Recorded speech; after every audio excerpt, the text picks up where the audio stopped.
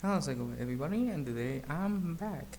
This time I want to talk about everybody's favorite hack, Sabine Hossenfelder, who is a particle physicist who now has a YouTube channel about science education. Although I do enjoy her content and I highly recommend her book, Existential Physics, although she likes to be a contrarian pretty much on purpose, and she holds positions that most physicists don't even subscribe. For example, the complete rejection of quantum mechanics. They believe that either quantum mechanics is false or incomplete, and we need a better theory to replace it. And also, she is a proponent of superdeterminism, which even among physicists who hold a very fringe views on physics, even they don't subscribe to that. So that's that one problem. Although not everything she does is bad, it's just she does some good videos, surprisingly, like for example her book Existential Physics, and also her video about GDP-4, and possibly they have actual artificial general intelligence. They do believe to some extent what they're saying, they are slightly conscious, and possibly and surprisingly that pretty much Einstein's theory of relativity pretty much proved the afterlife. So it's like interesting stuff how she does it. Although she does have a very, at least on her YouTube channel and her blog, a very hardcore reductive physicalist, logical positivist, basic limited principle approach, right? Although, like I said, it doesn't imply that to every single time. Like I said, the book doesn't go that position all the time, but you get my point. But this time, I want to talk about something else besides her horrible anti-trans video. I want to talk about capitalism, because she made a video why capitalism is a good thing, even though science exists in spite of capitalism, and many scientists throughout history were against capitalism, and statistically speaking and sociologically speaking, the majority of scientists are socialists or anti-capitalists. So for her, she's holding a position that, one, science has been around way before even the concept of capital. And she first starts explaining what money is, and explaining she agrees with the what anarchists were saying for a very long time, that is that money is a social construct. They're not real. They're made up. There is no way in hell. Yet somehow she thinks it's a good thing, and by her on a mission that is enforced. She doesn't say by violence, but in these cases you have to enforce it by violence, by governments. To be more specific, centralized hierarchical institutions. Another problem, she said that money is built on trust. This is incorrect. It is built on inequality and exploitation. The moment money was first created thousands of years ago, it was a means to institute hierarchical institutions to create separation between people. First was hierarchy, with the destroy the hierarchy and egalitarianism between genders. Then it was the state to enforce the oldest form of government. That is anarchism, is monarchism, as far back 6,000 years ago in the Balkans. And then, when the money, as we know it, was introduced, was a way of form of exploitation.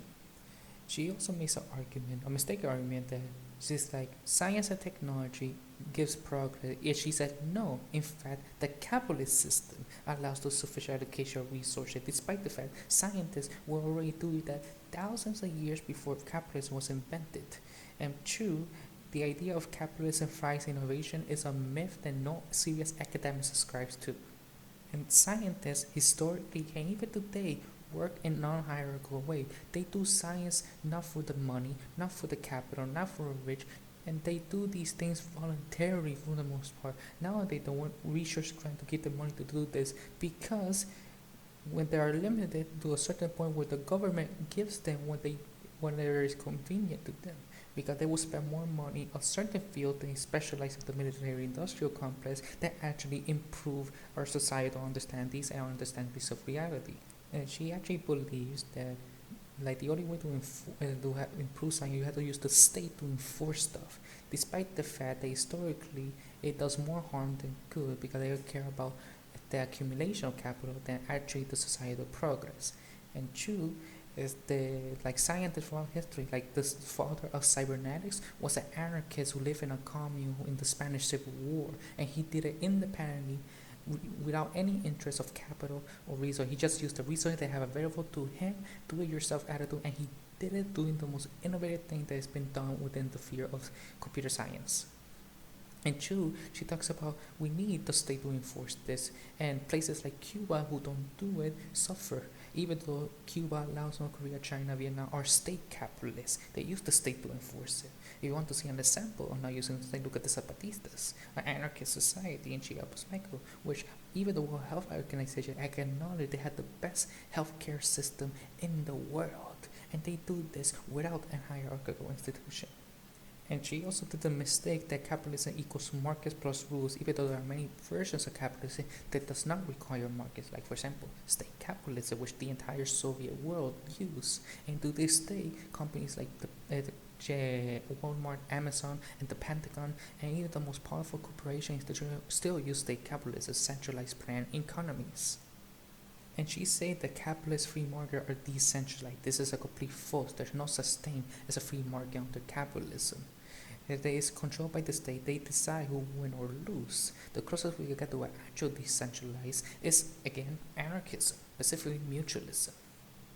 She talks about how people who won Nobel Prize using capitalism, but forgetting that this year, a Nobel Prize winner proved that capitalism doesn't work and Karl Marx was right. And she talks about the environment, how the capitalist is actually destroying it. She's like, we can actually fix that by passing laws because we didn't know the value to reduce CO2 emissions and stuff. No, that's not. We know that since as far back 100 years ago, but they don't do it because it goes against their class interests. We actually had the material preconditions to achieve a sports scarcity, almost sci-fi level civilization since the 1970s. But no, and we meet the material preconditions to live hyper-egalitarian society like our hunter-gatherer ancestors did, but we don't because it goes against our class interests. And she also said at the very end of the video, people who disregard capitalism or trust it blindly don't understand the problem. You fail to understand the problem, and we have multiple experiments of different economic ways to achieve things, and so far, empirically, anarchism, regardless which version, but mostly anarchist communism, is the most effective to do anything, especially when it comes to science and technology. So, Sabine Hossenfelder, you are being a fraud, and you will have to read more literature on this topic because you were definitely naive.